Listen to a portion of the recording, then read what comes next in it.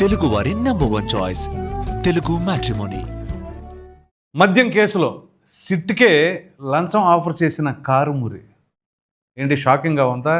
ఈ వీడియో పూర్తిగా చూస్తే ఇంకా చాలా షాకింగ్ విషయాలు ఉంటాయి. ఎక్కడ స్కిప్ చేయకుండా చూడండి. వివరాలకు వెళ్ళినట్లయితే మద్యం రవాణా ఏదైతే బెవరేజెస్ కార్పొరేషన్ లిమిటెడ్ నుంచి ఆ డిపోల నుంచి షాపులకి ఈ టెండర్ల ప్రక్రియ ఉంటుంది కదా, అది సిగ్మా లాజిస్టిక్స్ ద్వారా చేశారు.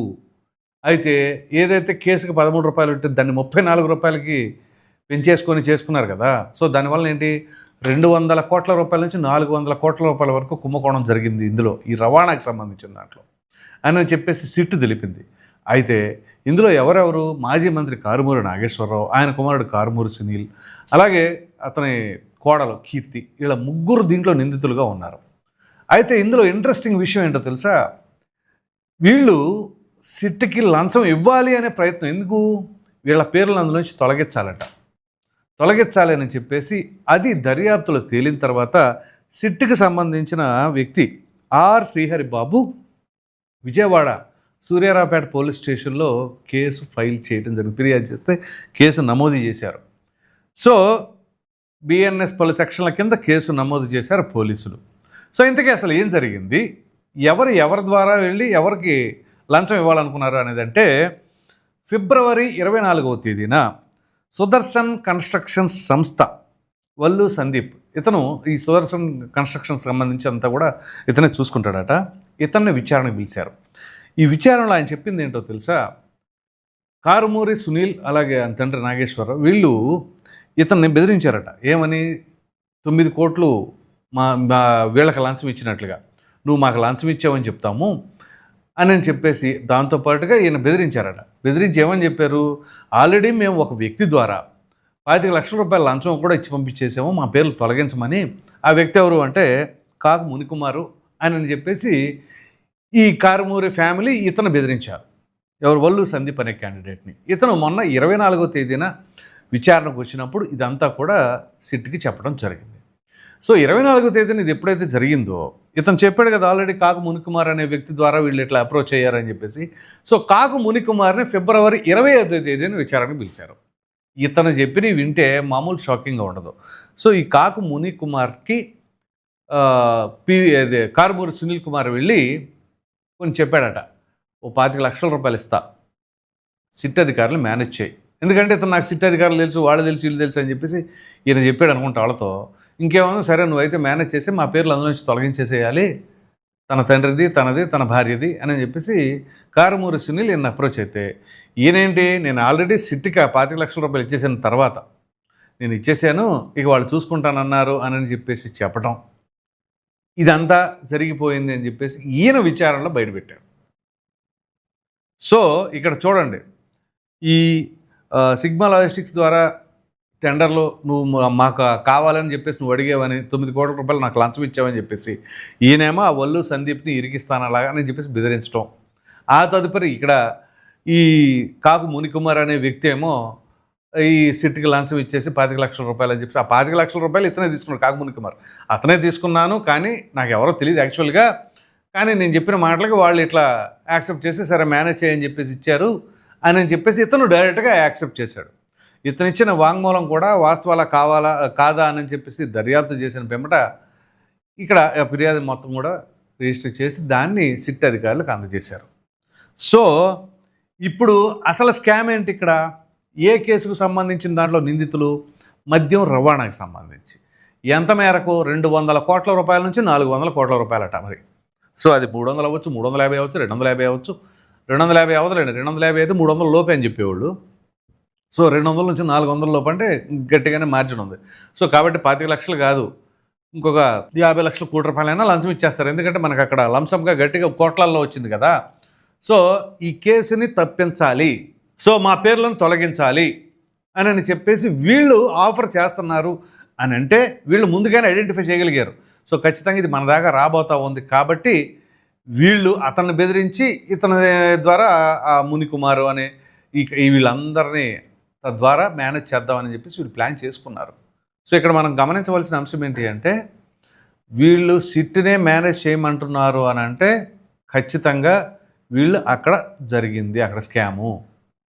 సో రవాణాలోనే అన్ని వందల కోట్ల స్కామ్ జరిగింది అని అంటే మరి అక్కడ ఇంకా మిగతాది ఎంత జరిగింది? ఆ డిస్టిలరీస్కి సంబంధించి, ఆ తయారీకి సంబంధించి, ఇక అక్కడంతా కూడా నో డిజిటల్ మనీ కదా, మొత్తం లిక్విడ్ క్యాషే కదా. ఇక అది నెక్స్ట్ లెవెల్. ఇది ఓన్లీ ఫర్ ట్రాన్స్పోర్టేషన్. ఆ ట్రాన్స్పోర్టేషన్లోనే కొన్ని వందల కోట్లు మాయం చేశారు అని అంటే ఇక దీనిని బట్టి అర్థం చేసుకోండి వీళ్ళు ఎంత స్కామ్ జరిగింది అని చెప్పేసి. ఇప్పటికే కొంతమంది ఏం చెప్తారు, స్కామ్ లేదు పాడు లేదు అని చెప్పేసి అంటారు. మరి స్కామ్ లేకుండా ఏమీ లేకుండా ఏం చేశారు మరి? సుప్రీంకోర్టు ఏం చెప్పింది? ఈ రాజకేశ్ రెడ్డి బెయిల్ కోసం వెళ్ళినప్పుడు నువ్వు చేసింది ఎంత? 700 కోట్లు ఎంతో చేసినట్టుగా బయటపడింది. అసలు మామూలుగా ఇక 3000 కోట్ల సంగతి తర్వాత 700 కోట్లకు నువ్వు 10 నెలలే కదా, ఇంకా ఉండి కంగారేం పడమాక, నీ బెయిల్ ఇప్పుడు ఎలా రాదు, ఆ ముప్పుడు అవినాష్ రెడ్డి దొరకని అని చెప్పేసి అన్నారు. మరి సుప్రీంకోర్టు అంత గట్టిగా కామెంట్ చేసింది అని అంటే ఇక్కడ స్కామ్ జరగలేదనా, ఇంకా స్కామ్ జరగలేదని చెప్పేసి బుకాయించే ప్రయత్నం ఏమైనా చేస్తారా? చేసే ఆస్కారమే లేదు. సో ఇక్కడ కారుమూరి నాగేశ్వరరావు ఆయన కొడుకు ఆయన కోడలు మొత్తం కూడా ఇందులో నిందితులుగా ఉన్నారు. దానికి సంబంధించి ఇప్పుడు అసలు ఈ ట్రాన్స్పోర్టేషన్కి సంబంధించిన దాంట్లోనే పెద్ద క్రైమ్ అంటే మళ్ళీ సిట్ అధికారులను కూడా మేనేజ్ చేయడానికి చేసే ప్రయత్నం జరిగింది అంటే ఇది ఎంత పెద్ద క్రైము? ఒక తప్పు చేయటానికి ఆ తప్పు పూడ్చుకోవడానికి ఇంకా తప్పులు చేస్తూనే ఉన్నారు. సో ఇప్పుడు కేసుల నుంచి బయటికి రాకపోగా ఇంకా లోపల కూరుకుపోతూ ఉన్నారు. మరి ఇప్పుడు ఇక్కడ స్కామ్ జరగలేదని ఇంకే ఒక్కరైనా చెప్పగలరా వైసీపీ వాళ్ళు? సో కారుమూరి నాగేశ్వరరావు అనే వ్యక్తే ఆ రకంగా టెండర్లలో లాగేస్తే మరి ఈ దీంట్లో మిగతా దాంట్లో ఏం జరిగింది అనేది మన ఊహకే ఉండాలి. మరి అది ఎంత ఫిగర్ అయ్యి ఉంటుంది, ఎంత నెంబర్లు రీచ్ అయ్యి ఉంటుంది, అదంతా ఏం చేశారు ఏంటి అని చెప్పేసి. సో ఆల్రెడీ ఇందాక కూడా ఒక న్యూస్ వచ్చింది కదా, ప్రణయ్ ప్రకాష్ అని అతను ఎవరో ఆయన కూడా అరెస్ట్ చేశారని చెప్పేసి. ఇప్పుడు ఇదంతా చూస్తుంటే ఒకరి తర్వాత ఒకరు అరెస్ట్ అవుతున్నారు, సిట్ దర్యాప్తు చేస్తూ ఉంది, కదిలే కొందికి తవ్వే కొందికి వస్తానే ఉన్నాయి. దీనికి ఎండ్ కార్డు ఎప్పుడు, ఎండ్ పాయింట్ ఎప్పుడు అని అంటే అది అసలు ఎవరికి అర్థం కావట్లా. ఎందుకంటే దర్యాప్తు చేసే కొందికి బయట పడతానే ఉన్నాయి వీళ్ళ లొసుకులు. ఇప్పుడు తాజా అప్డేట్ ఏంటి అంటే దీంట్లోనే మరి లంచం ఇచ్చే ప్రయత్నాలు. సో ఈ నేపథ్యంలో ఇది ఎంత దూరం వెళ్ళబోతుందంటారు? ఎక్కడ దాకా వెళ్తుందంటారు?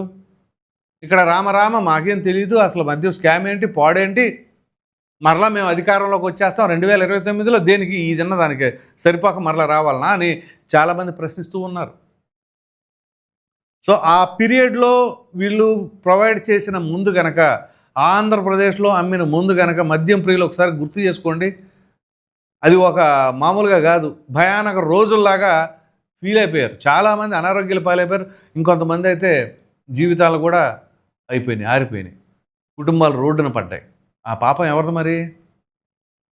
ఇలాంటి దుస్థితి అప్పుడు ఆ ప్రభుత్వంలో ఈ మద్యానికి సంబంధించిన ప్రధానంగా ఈ వ్యవహారంలో మాత్రం మామూలు దారుణాలు కాదు. సో ఈ నేపథ్యంలోనే సిట్ అధికారులు సైతం ఇక ఎవరైనా సరే డబ్బుకి లొంగుతారు కదా అనే ఉద్దేశం ఆ ఫార్ములా అయ్యి ఉంటుంది. అంతే కదా, ఇప్పుడు ఎవరైనా దేనికైనా ఏం చేస్తున్నారు? డబ్బే ఫైనల్ టార్గెట్. ఏంటి అంటే ఎండ్ పాయింట్లో డబ్బు. ఎవరు ఏ వ్యాపారం చేసినా ఏం చేసినా కొంతమందికి అధికారం. ఇప్పుడు అధికారము డబ్బు రెండు చేతిలో ఉంటే ఇది పరిస్థితి. సో ఇటువంటి పరిస్థితుల్లో ఇప్పుడు ఈ లంచం కేసు ఒకటి తెరపైకి వచ్చిన తర్వాత మరి కారుమూరి నాగేశ్వరరావు రాజకీయ భవిష్యత్తు ఏంటి? సరే రాజకీయ భవిష్యత్తు సంగతి తర్వాత, బతికి బాగుంటే ఏదో ఒకటి చేసుకోవచ్చు. ముందు అసలు ఈ కేసులకు సంబంధించిన దాంట్లో అతను ఒక్కడే కాదు కదా, అతని కుమారుడు కోడలు మొత్తం హోల్సేల్ ఫ్యామిలీ లాగా ఇందులో ఇరుక్కుపోయి ఉన్నారు.